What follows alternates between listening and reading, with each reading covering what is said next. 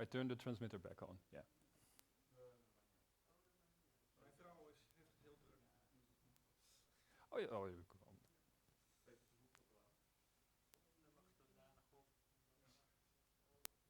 Feel free to join. I haven't started yet. I was so busy. I heard someone say. My wife is sitting there. Sorry. Yes. I know it's a challenge finding a spot, but Well, I see you managed. keep so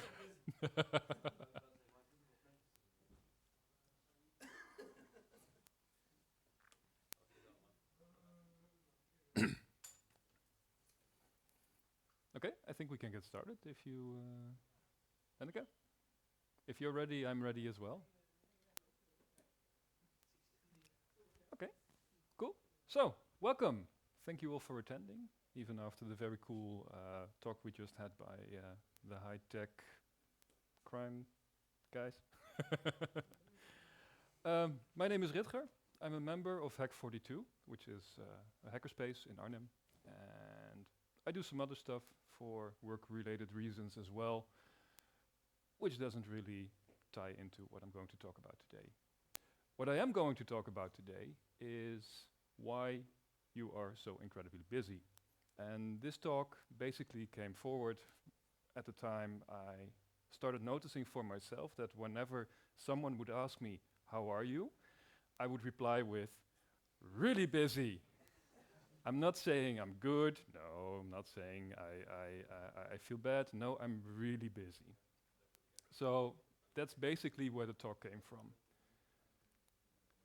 So, why are you so busy? Well, I have good news. Statistically speaking, you're about as busy as anyone has ever been, at least if you're Dutch. And why do we know this? We know this because the Dutch people have been doing research on this. Incredibly enough. Weird Dutch people. So what has been happening? Since 1975, a group of Dutch people have been keeping a diary for an entire week, writing down what it is that they actually do. So the amount of time they spend sleeping, the amount of time they spend working, the amount of time they spend with friends, volunteer activities, and they do this in half-hour increments. And about 2,500 people do this every 5 years. The results are compiled, corrected for use, because there is some statistical deviation. This gets fixed. Don't ask me how, they don't explain.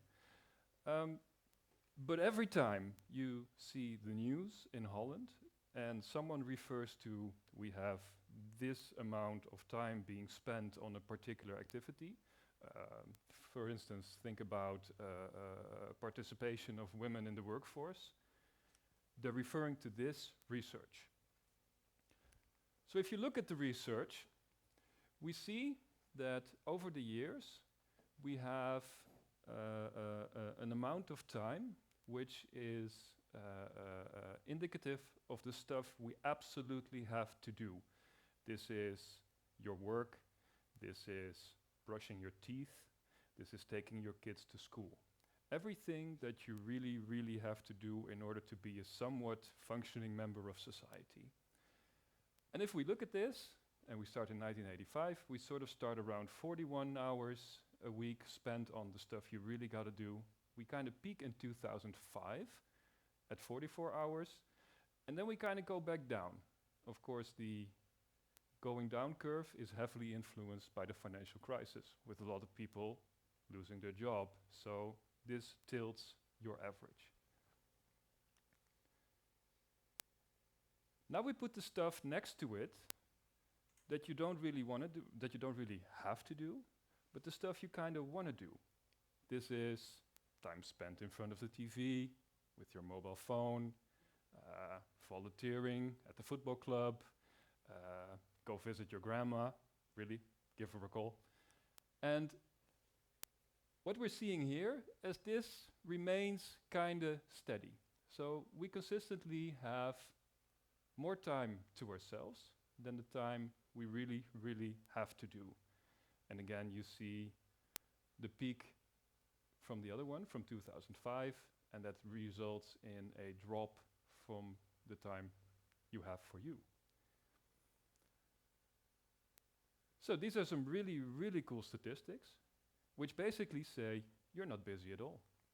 I think we're done. Or maybe not. So if we're not really busy, or if we are busy, why do you feel so busy? What makes you say, whenever someone asks you, how are you, say, I'm busy? One possible explanation could be the Zeigarnik Effect. And the Zeigarnik Effect was thought up by Bluma Zeigarnik, who was a Slovakian social scientist. And she was sitting in a bar in Vienna with one of her friends, and she was observing the waiters. And the waiters were taking orders, and they were going back to the kitchen, fetching the order, putting the order back on the table.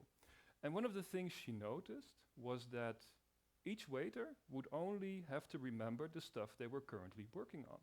So as soon as an order was done, it's gone. So from this observation, she said, or rather researched, as soon as something is done, you can forget it, but while it's running, it's always in the back of your mind. And this assumes a certain amount of, well, she calls it cognitive bandwidth. So you have a set amount of space in your head in which you can fit stuff you have to do, and once that's full, you feel like you're really, really busy. So it kind of makes sense, right? I mean, it was a while ago, and or maybe not. Turns out that doing research and claiming that something applies to everyone while you've only interviewed 3 waiters in a cafe isn't really very much of a scientific basis for research. Van Bergen et al., a research team at some university, I forgot which one, did a more extensive piece of research in 1968 and found that everything she said and everything I just told you is nonsense, unfortunately.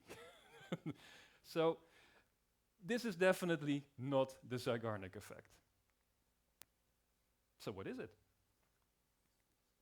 Spoiler, we don't know. I'm different, you're different. I work in IT, maybe you do too. Maybe you are an artist. The point is, our days are very, very different. I have kids, you may too, or not. And that really has a very, very large impact in how you perceive the time you're spending on things. So if everyone is different, and we just saw the statistics where we basically said everyone is the same, we're not really helped, are we? So how do we fix this? Well, Mythbusters said it best. Only difference between screwing around and science is writing it down. So we look for a way of creating more overview for ourselves. If you're busy, let's find out why you're busy.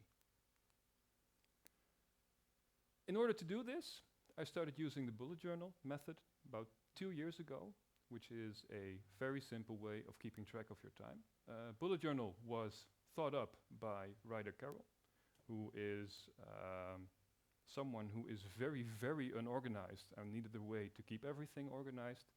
He made a very cool YouTube movie, about 5 minutes. So it probably should have just shown that one instead of talking for 10 minutes already. And what he basically says is you track the past, and by tracking the past, you order the present. So let's do this. Bullet journal is basically a paper method. So get yourself a piece of paper and get yourself a pen. I really like fountain pens, and I like pretty books, so everything for me came together. But it's not a requirement. If you have something you can keep together, give it a few folds, it will work fine as well. But you're doing it on paper. Why are you doing this on paper? It's really inconvenient. If you lose the damn thing, you have to do it again. No backups. Fortunately, yet another team at Princeton did some research and figured out that when you write something down, it helps you process the information quicker. So not only do you get rid of the information in your head and you put it to paper, you actually give it more time to process in your head. So this should make you more efficient, right? And there's no distractions. Last time I checked, my notebook didn't have Facebook, which admittedly is a good thing. But it gives you a moment to just put away the damn smartphone, not look into blue light, and spend some time becoming aware of what it is you're doing with your time. So basically, no distractions. Well, this one sort of speaks to itself, right? I could go into the irony of visiting a talk about being really busy and not wanting to spend 5 minutes to write it down, but I'll save you the preach. Oh wait, that was this morning, right? The cyber preach. You should have. There are so little people, maybe they are busy. Yeah, you never know. Spread the word. Maybe next year. Maybe next year. All right, so let's do this thing. I made a couple of slides explaining how you start this. I have no idea if this actually works, but we'll see how far we get, and I'll just introduce the concepts, we'll bring them together, and at the end I'll explain how everything ties together. So let's just start. Open your notebook and find an empty page. Your first page is an overview of everything you have to do in a month. And you can write along if you want to. So sit down for a minute, write down the start of your month. And I like to make it pretty, because that's the kind of guy I am. And write down everything you have to do this month. So for me, I had to call Peter, I had to do a presentation, something smart cyber blockchain, and of course something to do with all these cybers. And that's basically it. This is your entire to-do list for the full month. And a month starts at the first of every month and ends at the end of every month. That's important, but we'll get to that. Flip over the page, so you get 2 more new pages. And now, start your day. So today it's Friday, in the future. It's the 1st of March, and you're at the beginning of your day. You just got into your job, you're sitting down at your desk, you open your notebook, and the first thing you do is you look at your monthly log, and you decide, what am I going to do today? So we go back to this list, and we copy the stuff I want to do today. I need to call Peter, and I need to do all the cybers. Well, now here's the really, really obvious part. Do it. Start working on something. So in my particular case, I called Peter, and I did all the cybers. So they're done. That Facebook thing, they have this entire system where you're gamed into pushing as much buttons and it creates dopamine. That's your little cross. Every time you do something, you get to put a little cross in front of it, saying you did it. This, stupidly enough, really helps me. I like this. Oh, I have something done. Awesome, I can take it off the list. I said before, we want to know what we're spending our time on. So after I do something, I'll add a number in front of it, saying how many hours I spent on it. So in this particular case, Peter was talking for an hour. He wouldn't shut up. And I spent 4 hours doing all the cybers. And this helps you evaluate. What do I have to do, and how much time did I spend on it? At the end of the day, I do one small addition. This isn't part of the bullet journal method, but we'll explain later on how extension works. Every day, at the end of the day, I ask myself, how was my day? On a scale from 1 to 5. If I have a good day, it will be a 3 or higher. If I have a crappy day, it will be a 1 or a 2. I started doing this when I noticed that I had a previous job where I was becoming more and more unhappy, but didn't really notice it. And when I started doing this, I figured out that every single time I had a crappy day, I would write it down, and I would go back into my bullet journal, and I would see 1, 2, 2, 4, 2, 1, and that for me was a very good indicator that it was time to go look for a new job. Because I was becoming unhappy, but I wasn't even aware of it, because it was such a gradual process. So it's really about making you aware what you're doing, why you're doing it. You can sit down if you want to. So let's do the next day, because we just closed the day. And we just do it again. So now it's Saturday. Unfortunately, I did do all the cybers yesterday, but there were more cybers to do. So this particular item made its re-entry on Saturday. Oh, that sucks, because I did get to put a cross in front of it, but it really wasn't done. And now I have to do something new, because a new day means you start anew with looking at your monthly log. So that very big list of to-do items that you have to do for every single month.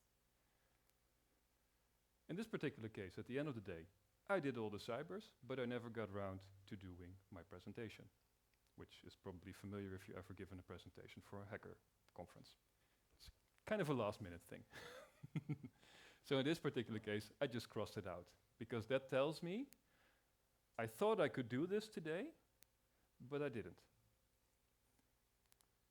And of course, I put a little number in front of it, because I spent 2 hours on this. That was basically it. But this doesn't work, right? I mean, I have a list, but I'm not working with the list, and I'm adding stuff to it, and I'm crossing stuff off, but I am not very much aware what I'm doing with it. And this is one of the issues I have with doing this digitally. My to-do list just keeps on growing, growing, growing, growing, growing. Stuff gets added faster than I can take them off. Because as soon as I have something on my list, I never re-evaluate. That's where migration comes in. Remember that I said we have a monthly log for a month, from the first to the last of the month. So that means that every month I have to start a new monthly log, which is completely empty. This is very nice though, because I now have an empty monthly log, and everything I did last month, and everything that remains from last month. So now I have to take every item that I haven't done yet from the old log and take it to the new log. And yes, I copy everything. That's intentional, because when I look at something and I'm going, do I really need to copy this to the next month? I get to re-evaluate whether or not this actually still makes sense.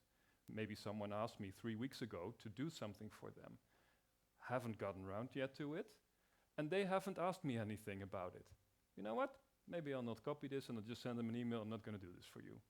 So this is where your evaluation comes in. This makes you aware of not only put more crap on your to-do list, but actually give you an opportunity to clear it up. So the stuff that you're doing really is the important stuff that you should be doing, and not just looking at a list with 300 items and going, ugh. So that's basically this one. And that's basically the sum of it. Find out what's really important to you. And take out everything that isn't, because it's not worth your time. So this is basically the idea. We had a previous month, March. We did a couple of things. I basically did all the things, except finish the presentation. So, new page. And I guess you know the drill by now. Create a new monthly log for April and copy presentation. All the other stuff was done. Maybe there was some stuff that I didn't want to copy, so I didn't copy it. To conclude, think about what you're doing with your time. I think that is the main takeaway. For me, personally, I was feeling really busy because I was not in control. I had no idea what was going on, and that made me very stressful. This helped me create some structure in what I was doing. Your evaluation moment is end of the month, but you can do this more often. You can also make this end of the week. If you're really, really hardcore, you can do a weekly log instead of a monthly log. So every Monday you start anew, and you just take out all the stuff that's not interesting for last week. Maybe this works in your personal life, maybe this works in your job. Or maybe it doesn't. It really doesn't matter. Find something that works for you and adjust where required. So let's say you're really enthusiastic about this and you go, yeah, I'm going to do this. And after a week you find out, I'm not doing this. Stop worrying about it and stop doing it. It's not worth your time. Only incorporate the stuff that's important to you. Makes you happy, makes you feel better. First item really is, for me personally, as we mentioned before, research, figured out, if you write stuff down, it helps you process. And this gives me some mental quiet in my head. Because if I write it down, I don't have to worry about it anymore and keep thinking about it. It's just in the book. I'm not going to forget it because I wrote it down. And if it really wasn't important, I'll just take it away and I'll throw it out. This took me about 3 months to adjust to before I got into the mode where I was going, okay, I can trust my little book now. And just some quick questions. What if I make a mistake? Well, it's obvious, right? I mean, you can keep it as pretty as possible or you can make it functional. Or you can do both, but usually in this crowd, don't worry about it, just do it. And what if you lose your notebook? I have a lot of stuff in my notebook. I have an entire year. I have notes, I have my logs, I have how I feel by putting up the number. So what if I lose it? Don't worry about it. Let's just start again. Anything I can't remember in my new book clearly wasn't important. And if it was, someone will come ask you. Just for me personally, I haven't lost my notebook yet. I've been doing this for 2 years. If you're somewhat organized, it's usually not a problem. And there is much more. I just showed you the monthly log, I showed you the daily log, but there is an entire system around this, which I don't use because I don't understand it, but this will get you started. Look at YouTube, Google, or go find the bullet journal video. I can probably put it on my page as well, but go find the video. It's 5 to 10 minutes, I think, and it explains all the other stuff, like how to find the logs that you made by creating an index, that sort of thing. But that's a bit out of scope for the presentation. Of course, caveat emptor, buyer beware. This has become really popular for some odd reason, and not really with the technical crowd, but with the I can make very pretty pictures on Instagram crowd, which means that if you start Googling for bullet journal, you will find lots and lots of people that are insanely creative, that are creating very, very beautiful pieces of art, spending lots and lots of time on it.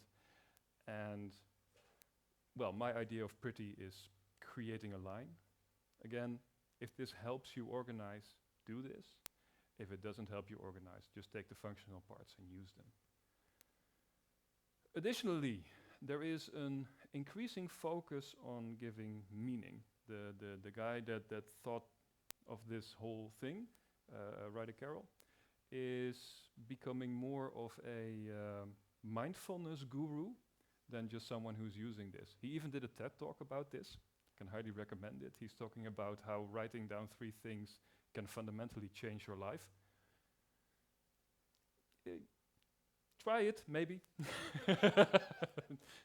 For me, it was a very big improvement, but life-shifting, the birth of my children is life-shifting. And what I said before, just use what works for you. Look at the method, pick what works, everything that doesn't, leave it out, because you do not want to spend time on it. It's a waste. And of course, the whole presentation is Creative Commons, and available on my GitHub page, and you can probably find it at the Hacker Hotel site somewhere. All right, thank you for listening. Hope you learned something.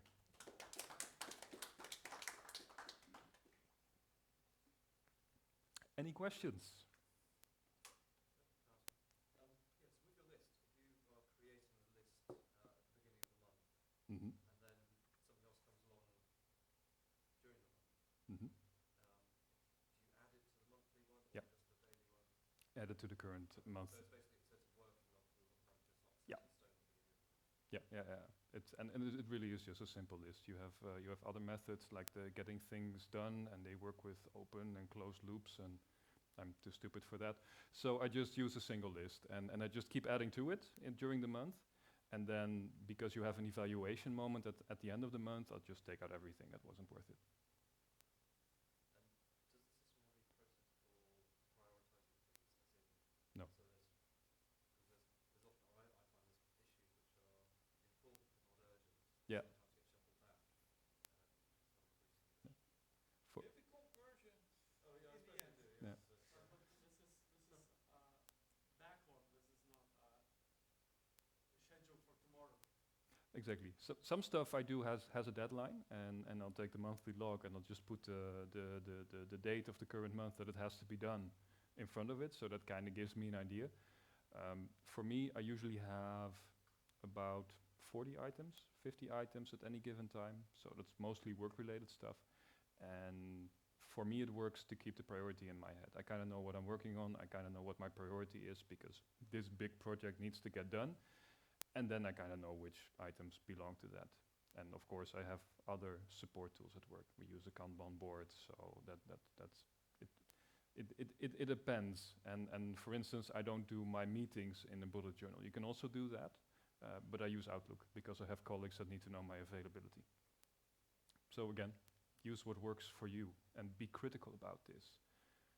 Use it for a week, see if it works, and if it doesn't, change it or stop doing it. It's really the evaluation moment. That's the only thing I can help you with. Journal for about 15 years, not so strictly. Okay, is this Mm. like the make a presentation could be written again every day of the week, not striking it out? But I think that's a really good one because that says, oh, it's really not going well. Yeah, it helps you look at what you're doing, and exactly if you're thinking. When I started doing this, the first thing I noticed was I would copy too much in a single day, because I had no idea how much time I had available and how much time I could spend on something. And then when you look back at the first week and you go, I didn't do even a half of this, which is really depressing when you think about it. But on the other hand, the other stuff I did was good. Yeah. So you sort of, at least I got a better feel of why am I doing something, and what can I realistically achieve in a day. Personally, like 2 big things in a day, and that's Yeah, exactly. Really depends. Yeah. How do you, at some point, find something is not important for your time? How do you tell the other person that asks you the question or asks you help? How do you tell them I'm not going to do that? Depends. It's a gut feeling. If something has been on my to-do list, let's say you asked me for a specific document, it's really important, and I never got around to it, and I never had a follow-up from you. That's usually my indicator for priority. People will follow up quicker, or ask me when I go get coffee, and in a particular scenario, it really differs. If I think that it could be important to the future based on my own professional experience, I'll do it anyway. And migrate it to the next month. Or maybe I'll just go find the person and ask them, do you really still need me to do this for you? And sometimes the other person will say, no. I thought I needed it, but Are you done? Okay. Look up on YouTube movie from Mathieu Wegeman, Onzichtbaar Leiderschap. He breaks the whole management culture within 9 minutes. And he talks about the Yeah. Mandela principle, which is a German acronym for Doe einfach liggen, lassen en ledigen. So if something comes in, just put it over there, and no one asks again. That's generally my technique. Yeah. People will ask you stuff because it seems relevant to them at the particular time they're asking for it, but priorities shift. And it can be valid to not do something, but be open in your communication and ask them, should I still do this for you? Or maybe not do it at all. And Interaction back. yeah, of course. Yeah. Another good one, if there's lots of noise around you, have an ignore list next to your to-do list, because then you can focus on your to-do list. And if Yeah. the stuff going on around you is so important, then the stuff from the ignore list just get catapulted onto your to-do list by others.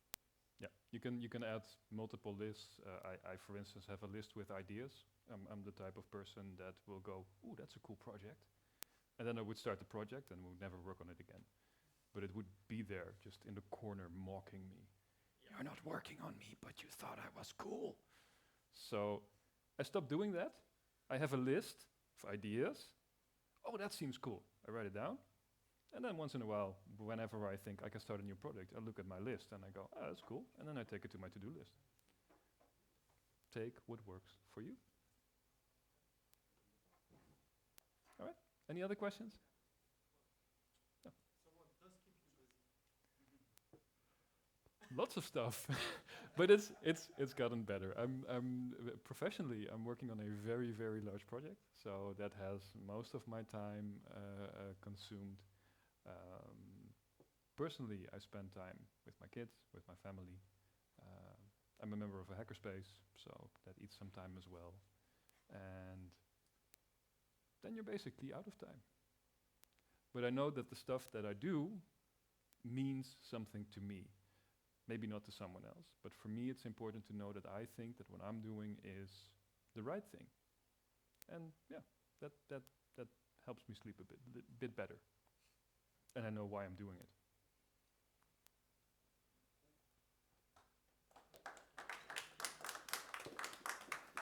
What's the average number you give your days at the moment? 3 to 4. Depends. Some 5s. But it's still good. I enjoy what I do currently. Just in case my boss is watching.